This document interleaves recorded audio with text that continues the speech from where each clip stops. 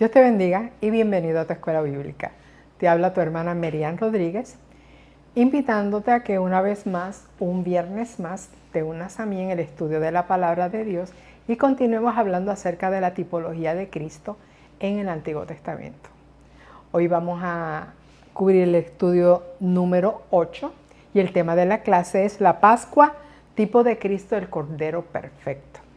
La Pascua es una de las tres principales fiestas judías, las fiestas que se instituyeron en el desierto cuando Dios le entregó la ley a Moisés, pero a diferencia de esas fiestas, la Pascua se celebró primeramente en Egipto, cuando el pueblo, justo antes de que el pueblo fuese libertado de 400 años de esclavitud.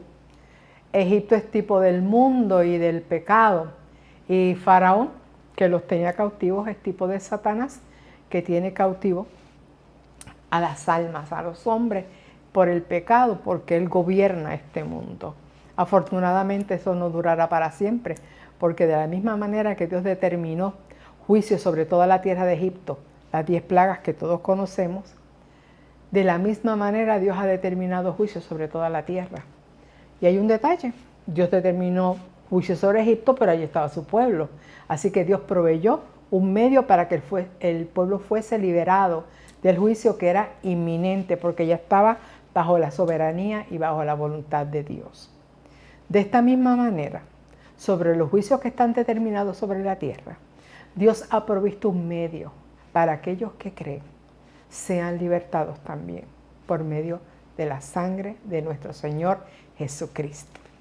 Ya había derramado 9 juicios, venía el número 10, el final, la última plaga, y Dios envía a Moisés nuevamente a hablar con Faraón, y en el capítulo 11 del libro de Éxodo, en el versículo 4, dijo pues Moisés: Jehová ha dicho así, a la medianoche yo saldré por en medio de Egipto.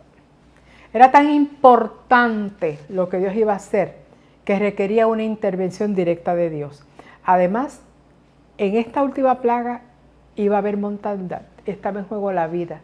Y ustedes saben que la vida y la muerte está únicamente en las manos de Dios. Dice el versículo 5, y morirá todo primogénito en tierra de Egipto, desde el primogénito de Faraón que se sienta en su trono, hasta el primogénito de la sierva que está tras el molino, y todo primogénito de las bestias.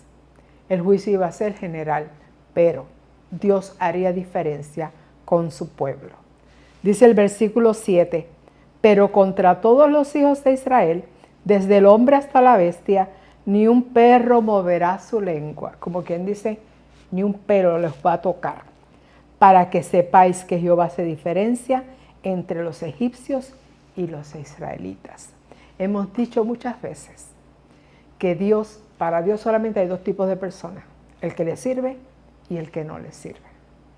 Y Dios siempre va a hacer diferencia entre los suyos y entre los que no son suyos, o sea, los que no han creído en Él.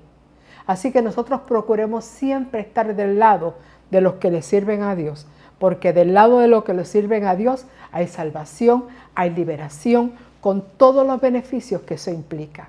Y del lado de los que no le sirven a Dios, solamente van a encontrar los justos juicios de Dios.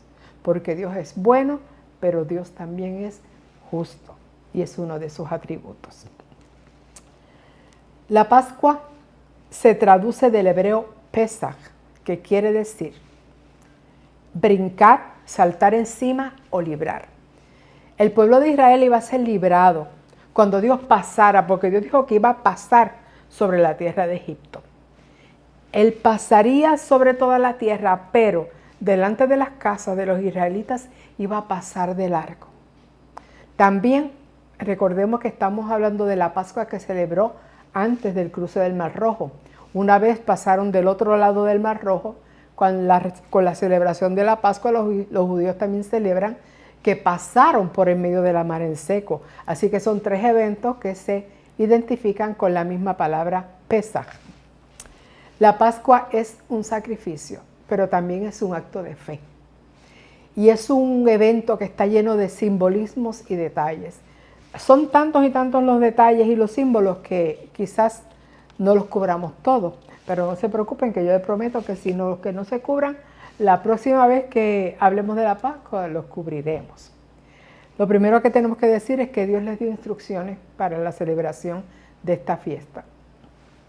Les dio instrucciones de cómo celebrarla en Egipto y de cómo la celebrarían una vez estuvieran en Canaán.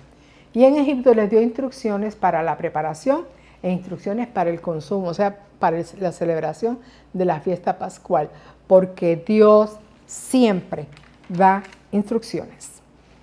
En el versículo 1 dice, del capítulo 12, que es la porción que vamos a cubrir en el día de hoy, capítulo 12 del libro de Éxodo, versículos del 1 al 3, de Biblia en mano, todo aquel que pueda, dice el capítulo 12 en el versículo 1, habló Jehová a Moisés y a Aarón en la tierra de Egipto. Esto nos indica que para Dios no hay límites. Ya dijimos que sobre Egipto gobernaba Faraón, pero de Jehová es la tierra y su plenitud, el mundo y los que en él habitan. Y no hay lugar que esté excluido para que Dios alcance al que Dios quiera alcanzar. La palabra de Dios no está presa y Dios va a enviar la palabra donde la tenga que enviar para alcanzar al que Él quiera alcanzar. Dios ha alcanzado gente en las cárceles, Dios ha alcanzado gente en los bares, Dios ha alcanzado a gente en campos de batalla, Dios ha alcanzado gente en los hospitales, Dios alcanza al que Él quiera alcanzar donde sea. Así que nosotros no tengamos miedo cuando enviemos esa palabra de Dios va a llegar donde tenga que llegar y va a hacer el efecto que tenga que hacer. Amén, amén. Les dijo en el versículo 2, y para mí este versículo es el más significativo de toda la clase para mí, porque fue el que más me ministró a mí. Dice, este mes os será principio de los meses, para vosotros será este el primero de los meses del año. Era tan importante lo que Dios iba a hacer, que iba a marcar un antes y un después en la vida de los hebreos. Antes de este día eran un pueblo de esclavos en tierra extraña. Después de este día iban a ser un pueblo libre, una nueva nación en una nueva tierra. Era un nuevo comienzo de una nueva vida. Y Dios quería marcar ese tiempo porque iba a ser una diferencia. De la misma manera que el día que nosotros aceptamos a nuestro Señor Jesucristo como único y exclusivo Salvador, ese día marcó un nuevo comienzo para nosotros. Las cosas viejas pasaron y todas las cosas fueron hechas nuevas. Y nosotros tuvimos un nuevo comienzo, una nueva oportunidad de tener una nueva vida en Cristo Jesús. Ese día cambió la historia de nuestra vida. Y este día cambió la historia de la vida del pueblo hebreo. Y es tipo de lo que pasa con nosotros cuando nos convertimos. El mes que escogió Dios para comenzar este calendario es el mes de Abib.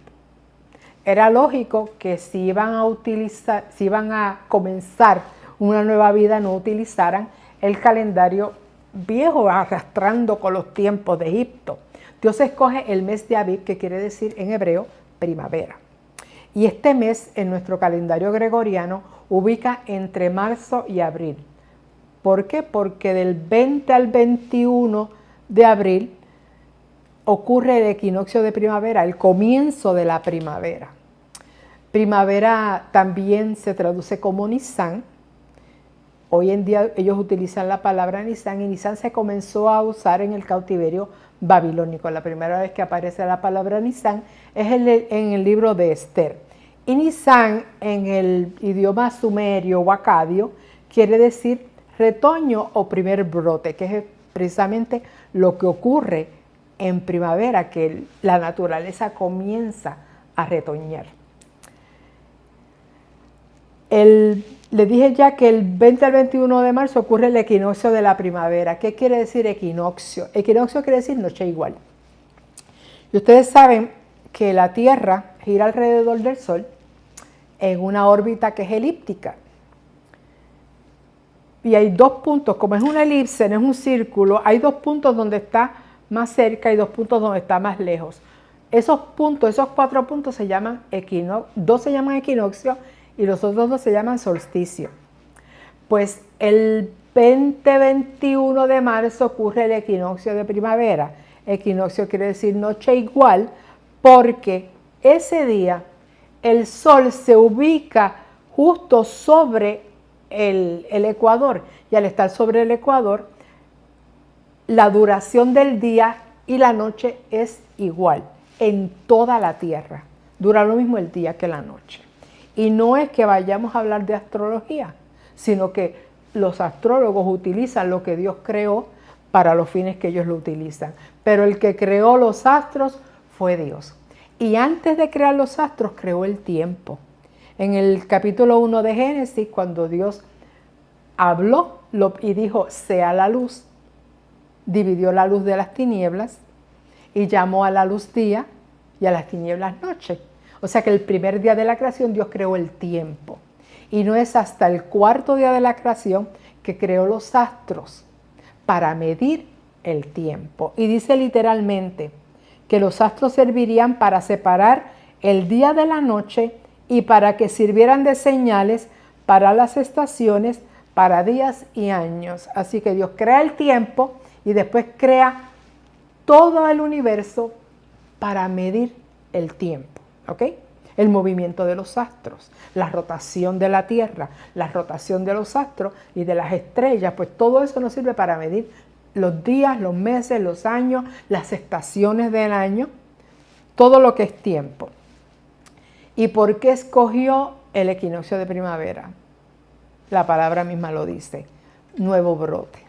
Porque después de un invierno largo, frío, donde parece que todo ha muerto, porque todo está cubierto de nieve, los árboles están secos, parece que se perdió la vida de la naturaleza, llega la primavera y comienza a brotar una nueva vida, un nuevo comienzo para la vida.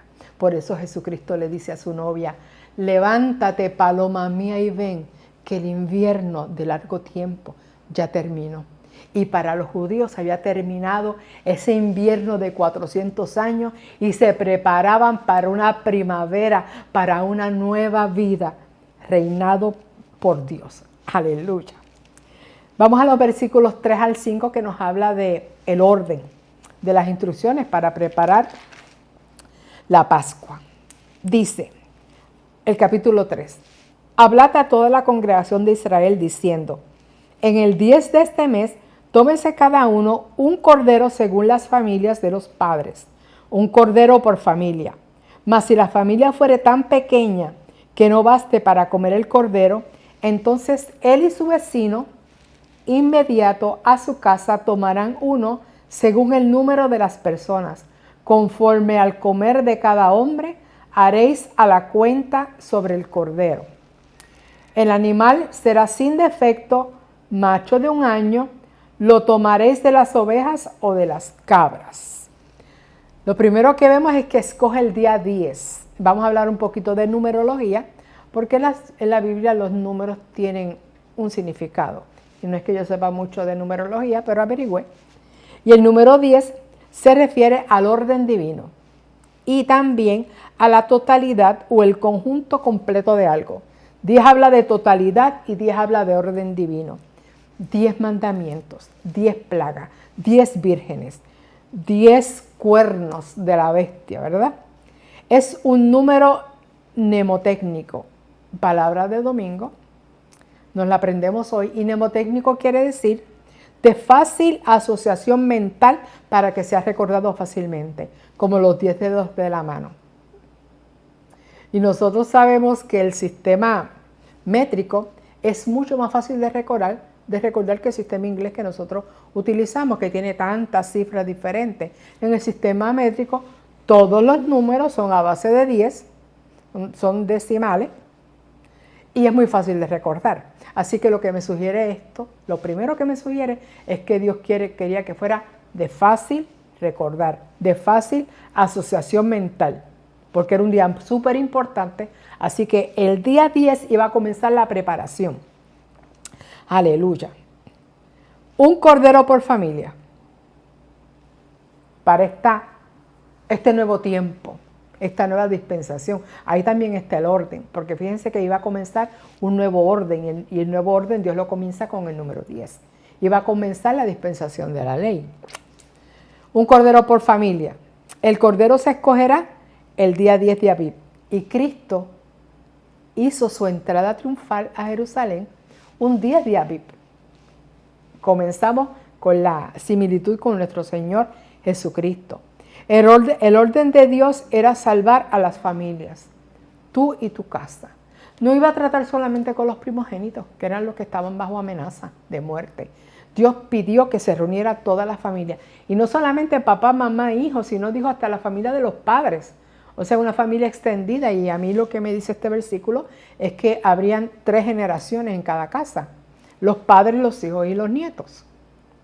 Dios quiere alcanzar tu familia, Dios quiere alcanzar mi familia, Dios quiere salvar familias, porque el cuerpo de Cristo está compuesto por familias. Y no solamente por lazos familiares, sino que dice que si el cordero no era suficiente, si la familia no era suficiente para el cordero, que invitaran al vecino, que extendieran, se fueran más allá de los límites familiares, a los límites de la hermandad, alcanzar al vecino y juntos comieran esa cena pascual. Y esto de lo que me habla es precisamente de eso, de la hermandad, de la comunión que debe haber entre aquellos que hemos sido lavados con la sangre de Cristo. Y aunque no tenemos lazos familiares carnales, somos hermanos en la fe porque tenemos el mismo Padre.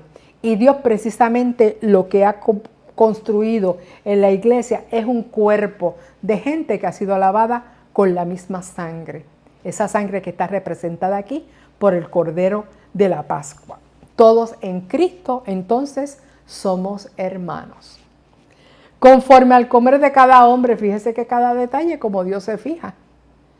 El propósito era que no sobrara y también que alcanzara. O sea que conforme al comer de cada hombre, los que comemos mucho, pues también Dios hizo la cuenta. Hagan la cuenta para que alcance y no sobre. Dice que el animal sería perfecto, macho de 1 año, de las cabras o las ovejas. Cristo es perfecto. Cristo es moralmente intachable y absolutamente santo, porque en Él no hubo pecado. Además, es tierno, y eso de que fuera de 1 año nos habla de la ternura de Cristo. Y Cristo es tierno y amoroso, como un corderito.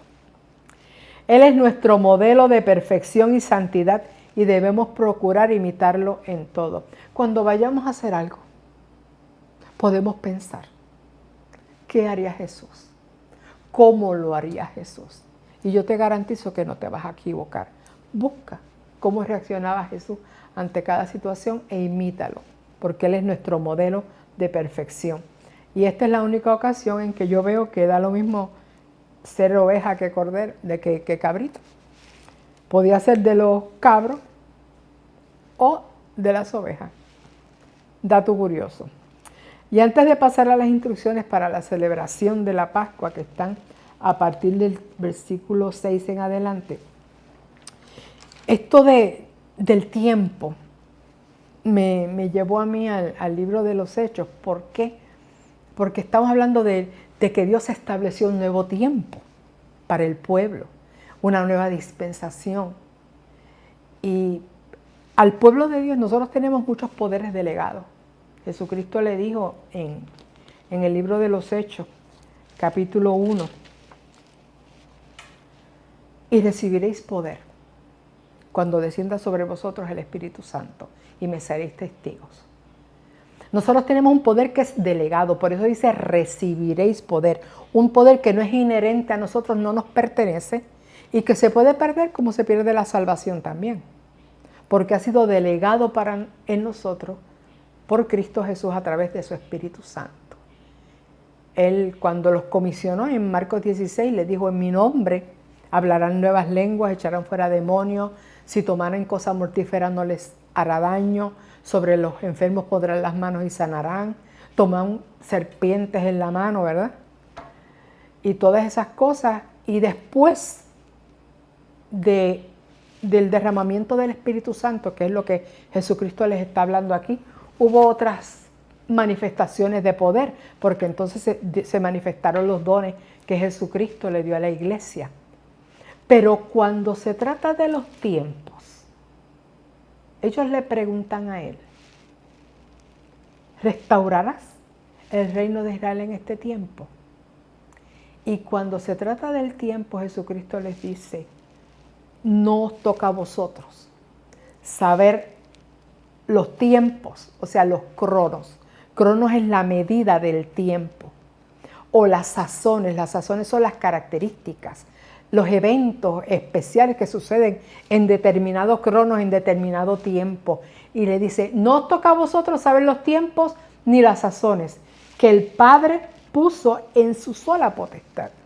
Y esa sola potestad fue lo que me trabajó a mí. Porque a pesar de que hemos recibido poder y autoridad sobre el mundo material y poder y autoridad sobre el mundo espiritual, al hombre no se le ha sido delegada la autoridad ni el poder sobre el tiempo. Los tiempos le pertenecen a Dios. Él los dejó bajo su sola potestad. Y los hombres, usted sabe que se han fascinado con el tiempo porque están fascinados con lo que no pueden controlar. Los hombres sueñan con viajar en el tiempo. Los hombres sueñan con detener el tiempo. Aleluya. El hombre natural, no el hombre que le sirve a Dios, pero el hombre ha manejado la materia como ha querido, para bien o para mal, pero el hombre ha podido manejar la materia y transformarla. Pero en cuanto al tiempo, el tiempo Dios se lo ha reservado. ¿Y sabe por qué? Porque si el hombre pudiera manejar el tiempo, usted se imagina lo que haría, ¿verdad? Si el hombre pudiera manejar el tiempo, tendría el control sobre la vida y la muerte. Porque ¿qué es la vida sin un término de tiempo? El hombre vino a ser un alma viviente cuando el soplo de vida de Dios entró en él, que era polvo, que era materia. Y anteriormente, o sea, el plan divino es que fuera eternamente, pero por causa del pecado, ese tiempo ya no es eterno, ya no es eternidad, sino que es un tiempo limitado. Y la vida no es otra cosa que el tiempo en el cual, ese cronos en el cual el espíritu, el soplo del espíritu de vida está sobre esta carne. Si el hombre pudiera controlar el tiempo, pudiera controlar la vida y la muerte. Y la vida y la muerte está en la única potestad de Dios. No hay hombre entonces al que le haya sido legado poder, control sobre el tiempo. Y usted quizá me diga, pero Josué dijo, sol detente en Gabaón y tu luna en el valle de Ajalón. Y el sol se detuvo y la luna se detuvo y fue el día más largo de la tierra. Pero ¿sabe lo que hizo Josué, verdad? El orden de los eventos no fue que Josué habló y como Josué habló por fe, Dios detuvo los astros. El orden de los eventos es que dice que Josué, al encontrarse en esa batalla con 5 reyes, con 5 ejércitos y darse cuenta de que no iba a poder, habló a Jehová. Dice, y habló Josué a Jehová. Y después que Josué fue y habló con Jehová, entonces habló delante en presencia de los israelitas. ¿Qué habló en presencia de los israelitas? Lo que había hablado con Jehová. Entonces fue que él dijo, sol detente en Gabaón y tu luna en el valle de Ajalón. Hasta ahora, por lo menos en lo que yo he visto, inclusive en los 15 días o 15 años que se le extendió de vida al rey Ezequías, ha sido Dios el que ha tenido el control del tiempo. Los tiempos le pertenecen a Dios. Dios es el que determina cuándo comienza y cuándo termina. Amén. Vamos a las instrucciones para el sacrificio. Capítulo 12. Gloria a Jesús. Vamos a leer el versículo 6. Aleluya. Dice, y lo guardaréis hasta el día 14 de este mes y lo inmolará toda la congregación del pueblo de Israel entre las 2 tardes. Dice que lo iban a guardar 4 días, desde el día 10 hasta el día 14. Aleluya. El número 4 representa el cosmos, la creación del universo. 4 puntos cardinales, 4 estaciones, 4 evangelios, la totalidad de la vida de Cristo, o sea, el cosmos. Aleluya. 4 ríos en el Edén significa que todo el universo era un paraíso, no que eso delimitaba el paraíso, sino que es símbolo de que todo el cosmos, todo el universo era el paraíso. Y el día 14 también se relaciona con Cristo, número del nombre de David. Usted sabe que en el idioma hebreo las letras se les asigna un número, pues el número del nombre de David es el número 14. Y cuando Mateo relata la genealogía de Cristo, la divide en 3 grupos de 14 generaciones, para entonces relacionar a Cristo con David. Fueron 42 generaciones en total, pero él dijo 14 generaciones no recuerdo, pero son 14, 14 y 14. Y esto era para relacionarlo con David. Este era un tiempo de separación. Estos 4 días fueron 4 días de separación y preparación para ese cordero. El mismo tiempo que transcurrió entre la entrada triunfal de Cristo a Jerusalén, que fue el 10 de Aviv, y la noche de la Santa Cena. 4 días exactamente. Un tiempo de preparación. Dice que lo inmolaría toda la congregación del pueblo entre las 2 tardes. Inmolar significa matar en sacrificio, degollar, morir, ofrendar. Entre las 2 tardes significa en el atardecer. Literalmente es entre las luces, o sea, entre la luz del día y la luz de la noche, que es oscuridad. Pues hay un intermedio, hay una transición, y en esa transición eso se llama el atardecer. Pues entre esas dos luces se iba a inmolar. También otro periodo de transición entre la luz y las tinieblas. Y la sangre la pondrían en el dintel, dice el versículo 7, y tomarán de la sangre y la pondrán en los 2 postes y en el dintel de las casas en que lo han de comer. Y aquella noche comerán la carne asada al fuego y panes sin levadura. Con hierbas amargas lo comerán. Ninguna cosa comeréis de él cruda, ni cocida en agua, sino asada al fuego, su cabeza con sus pies y sus entrañas. Ninguna cosa dejaréis de él hasta la mañana, y lo que quedaré hasta la mañana lo quemaréis en el fuego. Ok, la sangre se iba a poner para marcar los dinteles y los 2 postes de la entrada de las casas. La sangre simboliza la vida, y la vida del cordero evitaría la muerte en esa casa. La sangre de Cristo fue derramada para impedir el efecto del pecado y de la muerte en el que la reciba, y proveerle un lugar de vida eterna en lugar de muerte eterna. El medio por el cual aplicamos esa sangre a nuestra fe, a nuestra vida, es por medio de la fe. Debía comerse asada en el fuego. El fuego es tipo de la ira de Dios por el pecado. Y esta ira fue aplacada en la cruz del Calvario, donde Cristo se hizo pecado para obrar nuestra redención con su sangre. Los panes sin levadura que iban a acompañar el cordero. El efecto de la levadura en el pan sobre la masa es leudar o fermentar. Y es un proceso que transforma los carbohidratos en azúcares o en ácidos o en alcohol, liberando gases. No es igual a la putrefacción, aunque hay una similitud en el proceso. Pero es una transformación interna de las moléculas que hay en la masa para cambiar los carbohidratos y azúcares en ácido. Y esto ilustra el poder corruptor del mal. Dice 1 Corintios 5. Jesucristo hablándole, 1 Corintios 5 no, este es Pablo hablando, perdón. Dice, limpiaos pues de la vieja levadura, para que seáis nueva masa, sin levadura como sois, porque nuestra Pascua, que es Cristo, ya fue sacrificada por nosotros. Así que celebremos la fiesta no con la vieja levadura. Y cuando habla de vieja levadura, gloria a Jesús, habla de doctrina, aleluya, porque Jesucristo también le dijo a sus discípulos que se cuidaran de la levadura de los fariseos, refiriéndose a las dos falsas doctrinas que corrompen por el error. Y dice, celebremos la fiesta no con la vieja levadura, ni con la levadura de malicia y de maldad. Así que la levadura también es símbolo de la maldad, y la maldad es el pecado. Así que nosotros vamos a celebrar esta Pascua con la sangre de Cristo, librados pues de esa levadura, sino con panes sin levadura, de sinceridad y de verdad. Y Cristo es la verdad.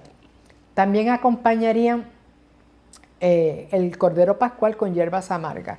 Y el propósito de las hierbas amargas es recordarle la amargura de la esclavitud en Egipto. Gloria a Jesús. La amargura para nosotros es la que producía el pecado en el que vivíamos antes de conocer a Cristo.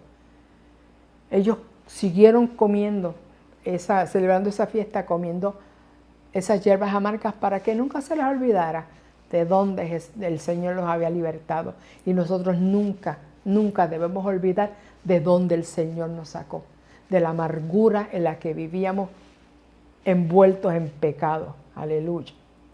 Dice el versículo, volvemos a Éxodo 12. Dice el versículo 9 que ninguna cosa comeréis cruda. El cordero debía consumirse por completo y si sobraba algo, había que quemarlo en el fuego. Y esto simboliza que Cristo nunca vio corrupción. ¿Sabe? Él resucitó y nunca se corrompió su carne. La manera de comerlo. Dice el versículo 11, ya vamos por el versículo 11. Y lo comeréis así, ceñidos vuestros lomos, vuestro calzado en vuestros pies y vuestro bordón en vuestra mano, y lo comeréis apresuradamente. Es la Pascua de Jehová. Lo primero es que tienen que tener los lomos ceñidos. Y cuando la Biblia nos habla de lomos ceñidos, nos habla de gente que está preparada, lista para ir a la batalla, lista para un largo viaje o lista también para trabajar. Y ellos tenían que estar listos. Efesios 6:14 dice, estad pues firmes, ceñidos vuestros lomos con la verdad. Y la verdad es Cristo. Así que ellos tenían que estar ceñidos con la verdad, listos, preparados para ese viaje que iban a emprender. Nosotros tenemos que estar preparados porque no sabemos cuándo vamos a realizar ese viaje que el Señor nos ha prometido. Segundo, vuestro calzado en vuestros pies. Efesios 6 también dice, en el versículo 15, calzados vuestros pies con el apresto del Evangelio. El apresto es lo que hasta ahora se había alcanzado en el Evangelio de la paz. El Evangelio es de Cristo y Él es nuestra paz. Él dijo, la paz os dejo, mi paz os doy. Así que iban a tener sus pies calzados con la paz. Vuestro bordón en vuestra mano. Bordón es un bastón largo que usaban los peregrinos para apoyarse. Ellos realizarían un largo viaje y necesitarían apoyo constante. Nosotros vimos la semana pasada cuando hablamos de las ciudades de refugio que Jesucristo es Siquem. Siquem quiere decir hombro, que Él era nuestro apoyo, en quien nos apoyamos. Y ellos iban a necesitar ese apoyo. Y tenían que comerlo apresuradamente porque no sabían en qué momento iban a escuchar la voz para salir victoriosos de esa vida de esclavitud. La predicación del Evangelio tiene un carácter de urgencia, apresuradamente. ¿Por qué? Porque en cualquier momento se escuchará esa voz de mando, esa voz de arcángel, esa voz de trompeta de Dios, aleluya, llamando a sus escogidos a la manifestación de nuestra redención. Y sabemos que los muertos en Cristo resucitarán primero, luego nosotros los que hemos quedado seremos transformados y los encontraremos con Él en las nubes. Así que el Evangelio hay que predicarlo apresuradamente, porque no sabemos en qué momento va a suceder el arrebatamiento de la iglesia, y el propósito es que las vidas sean salvas. Es la Pascua de Jehová. Esto es como una firma, como un sello, como imponiéndole seriedad al asunto, que era una provisión directa de Dios, una afirmación. Es la Pascua de Jehová. O sea, esto es un asunto serio. Tenían que obedecerlo todo lo que Él les había pedido, si querían recibir todo lo que Él les había prometido. Voy a repetir esto. Tenían que obedecer todo lo que Él les había pedido, si querían recibir todo lo que Él les había prometido. Y hemos visto la serie de detalles que Dios había hecho énfasis, que ellos debían obedecer, porque esto era una prueba de obediencia y de fe para poder alcanzar la salvación, la liberación. Aleluya. El versículo 12 dice, pues yo pasaré, ya dijimos que era un asunto personal que Dios había tomado en sus manos, aquella noche por la tierra de Egipto, y heriré a todo primogénito de la tierra de Egipto. El juicio era sobre toda la tierra. No dice, voy a pasar por toda la tierra de Egipto, pero no voy a pasar por Gosén porque ustedes están en Gosén. No, el juicio era para toda la tierra. La diferencia le iba a ser ¿qué? La sangre del Cordero Pascual. Así de hombres como de bestias, y ejecutaré mis juicios en todos los dioses de Egipto. La sangre os será por señal en las casas donde vosotros estéis, y veré la sangre, y pasaré de vosotros, y no habrá en vosotros plaga de mortandad cuando hiera la tierra de Egipto. El juicio era para todos. No iba a excluir el lugar donde ellos vivían. Solo excluirían las casas de aquellos que obedecieran, porque el que obedecía iba a seguir las instrucciones, iba a matar el cordero, a sacrificarlo, iba a poner la sangre en el dintel y en los postes de la casa. Así que solamente los obedientes se iban a salvar. Aleluya. Porque él iba a pasar por ahí. No es que no iba a pasar por ahí, él iba a pasar, pero iba a pasar de largo. Gloria a Jesús, donde viera la sangre. Dios heriría a todo primogénito, humano y animal, y los dioses de Egipto no iban a poder hacer nada por impedirlo. Por tanto, esto era un juicio directamente, dice él, en todos los dioses paganos de Egipto. Y dice, yo Jehová, para que viesen que hay una diferencia entre esos dioses paganos y el verdadero Dios. Porque donde Dios mete su mano, ningún dios, los dioses que son demonios, que sabemos que son demonios, pueden intervenir. Donde Dios entra, los demonios tienen que salir. Aleluya. La sangre era la señal para que el juicio pasara de largo. La sangre evitaría que su pueblo sufriera la mortandad, la plaga de mortandad. No bastaba con ser hebreo, no bastaba con vivir en Gosén, necesitaban la protección de la sangre. Así que yo me atrevo a decir que si alguno hubiese desobedecido el mandato de Dios en esa casa, hubiese habido muerte. Porque si la genealogía salvara, por ser hijos de Abraham, los judíos serían salvos y no hubiese sido necesario la encarnación del Hijo de Dios y el sacrificio en la cruz para alcanzar la salvación. Eso es por genealogía. Y si la ubicación salvase, convivir en Israel sería suficiente, pero no.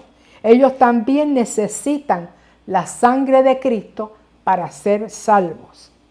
Usted sabe que tener padres cristianos no garantiza la salvación. Y también sabe que ir al culto, ir a la iglesia domingo tras domingo, no garantiza la salvación. Cada casa espiritual, nosotros que somos casa espiritual, necesita estar cubierta por la sangre del Cordero de Dios, que es el que quita el pecado del mundo. Para que quite el pecado de nuestras vidas, gloria a Jesús, y para que nos libre del juicio venidero. Nos salve y nos libre de todo lo que va a ocurrir en la tierra y nos lleve allá a morar con Él. La sangre del Cordero Pascual era una señal, un aviso de lo que sería la sangre salvadora y redentora de nuestro Señor Jesucristo. Faraón sufrió las consecuencias de su desobediencia, de no haber obedecido a Dios, las sufrió en carne propia porque perdió a su hijo y su tierra sufrió mortandad.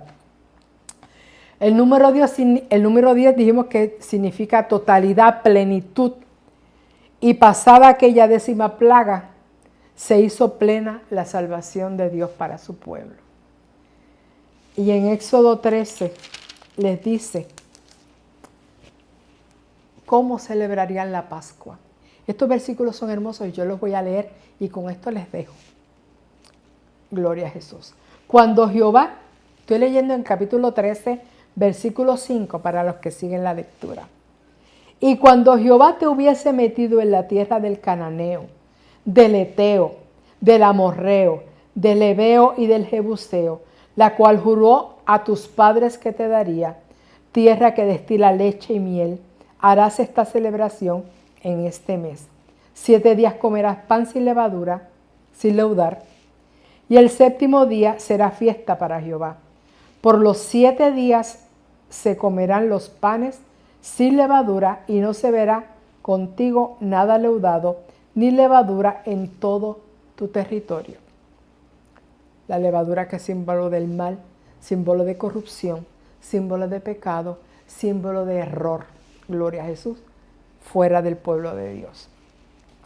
Y lo contarás en aquel día a tu hijo, diciendo, se hace esto con motivo de lo que Jehová hizo conmigo cuando me sacó de Egipto. Qué hermoso. Pasar esa información de generación en generación. Lo que Dios hizo conmigo, se lo cuento a los míos para que los míos lo cuenten hacia adelante y otros sean alcanzados por esa salvación. Y te será como una señal sobre tu mano y como un memorial delante de tus ojos, para que la ley de Jehová esté en tu boca. Por cuanto con mano fuerte te sacó Jehová de Egipto, por tanto tú guardarás este rito en tu tiempo de año en año. Con mano fuerte Dios lo sacó de Egipto. Con mano fuerte nos rescató a nosotros de nuestra vida pasada. Con mano fuerte nos dio vida y vida en abundancia. Y con mano fuerte nos libertará de los juicios. Con mano fuerte nos arrebatará y nos llevará al cielo juntamente con Él.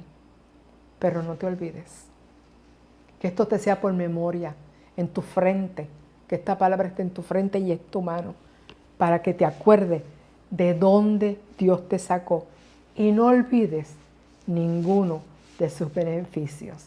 Y siempre vas a decir, bendice alma mía a Jehová, que te libró del mal. Gózate en esta noche, en esta tarde o en esta mañana cuando tú lo estés viendo. Para mí es igual, después que disfrutes, gloria a Jesús, de la salvación que Dios ha hecho contigo. Acuérdate de dónde te sacó. Dios te bendiga, Dios te guarde. Nos vemos el próximo viernes aquí, por este mismo canal, a esta misma hora. Y el domingo nos vemos en la iglesia, en el estacionamiento, para que vayas y disfrutes de esa comunión de los hermanos que Dios estableció y que quiere para su iglesia. Dios te bendiga y Dios te guarde.